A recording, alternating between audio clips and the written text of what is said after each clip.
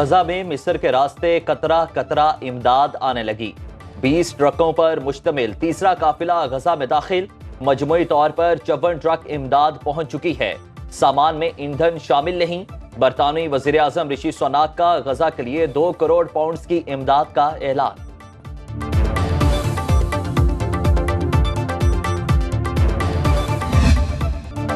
Netherlands کے دارالحکومت دی Hague میں اسرائیلی جارحیت کے خلاف عالمی فوجداری عدالت کے باہر احتجاج۔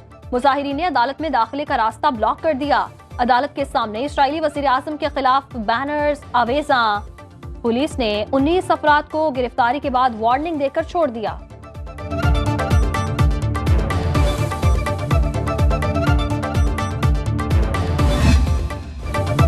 بڑی عدالت کا بڑے کیس کا بڑا فیصلہ، سویلین کا فوجی عدالتوں میں ٹرائل کا لدم قرار، سیکشن 2D1 کو غیر آئینی قرار دے دیا۔ سپریم کورٹ کے 5 رکنی بینچ کا متفقہ فیصلہ، عدالت نے تحریری فیصلہ جاری کر دیا۔ فیصلے کے مطابق زیر حراست 103 ملزمان کا ٹرائل فوجداری عدالتوں میں چلے گا۔ کورٹ مارشل سمیت کسی بھی قسم کی کارروائی غیر مؤثر ہے۔ جسٹس یحییٰ افریدی نے آرمی ایکٹ شکوں کو غیر آئینی قرار دینے پر اپنا فیصلہ محفوظ رکھا۔ جسٹس اعجاز الاحسن، جسٹس منیب اختر، جسٹس مظاہر نقوی اور جسٹس عائشہ ملک نے شکیں غیر آئینی قرار دیں۔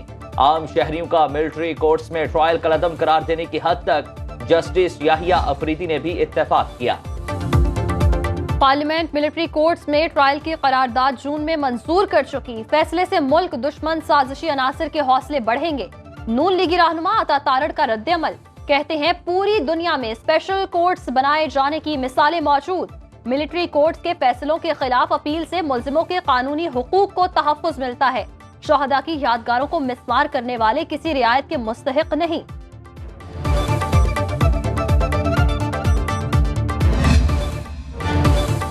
سپریم کورٹ کا احترام مگر فیصلے سے مایوسی ہوئی۔ نگران وزیر اطلاعات بلوچستان جان اچکزئی کی سنو نیوز سے گفتگو، بولے 9 مئی واقعات کا براہ راست تعلق نیشنل سیکیورٹی سے ہے۔ اس طرح کے فیصلوں سے مجرموں کو ریلیف ملے گا۔ سیکریٹری اطلاعات P T I parliamentarians Zia Ullah Bangash نے کہا کہ ایسے عدالتی فیصلوں سے افراتفری کی فضا بنی رہے گی۔ 9 مئی کے ذمہ داروں کو سزا نہ ملی تو سب کو چھوٹ مل جائے گی۔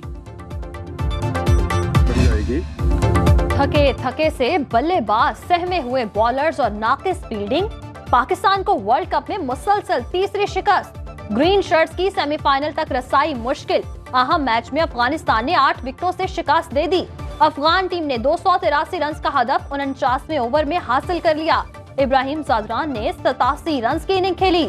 رحمت شاہ 77 رنز بنا کر ناقابل شکست رہے۔ شاہین آفریدی اور حسن علی نے ایک ایک وکٹ حاصل کی۔ افغانستان کے نور احمد کی 3، نوین الحق کی 2 وکٹیں۔ قومی ٹیم کی ناقص کارکردگی سے شائقین مایوس۔ ورلڈ کپ کی سب سے جاندار کوریج صرف سنو نیوز پر۔ خصوصی ٹرانسمیشن میں دیکھیں لیجنڈ کرکٹر رمیز راجہ اور عاقب جاوید کے ماہرانہ تجزیے اور جاندار تبصرے۔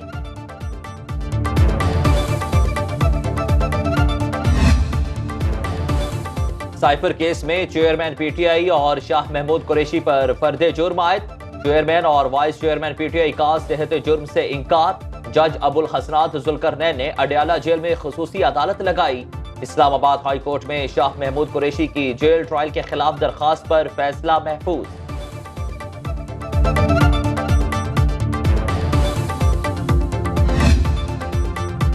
چیئرمین پی ٹی آئی کی توہین الیکشن کمیشن کیس میں آج طلبی۔ اسلام آباد پولیس اور وزارت داخلہ نے الیکشن کمیشن میں جواب جمع کرا دیا، موقف اختیار کیا۔ چیئرمین پی ٹی آئی کو الیکشن کمیشن میں پیش کرنا سیکیورٹی رسک پیش نہیں کیا جا سکتا۔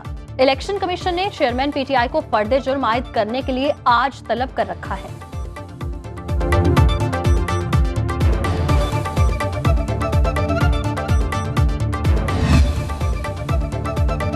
العزیزیہ اور ایون فیلڈ ریفرنسز میں سزا کے خلاف اپیلیں اسلام آباد ہائی کورٹ میں سماعت کے لیے مقرر۔ چیف جسٹس عامر فاروق اور جسٹس میاں گل حسن اورنگزیب پر مشتمل خصوصی بینچ آج سماعت کرے گا۔ نواز شریف کے وکلاء کی درخواستیں سن کر میرٹ پر فیصلہ کرنے کی استدعا۔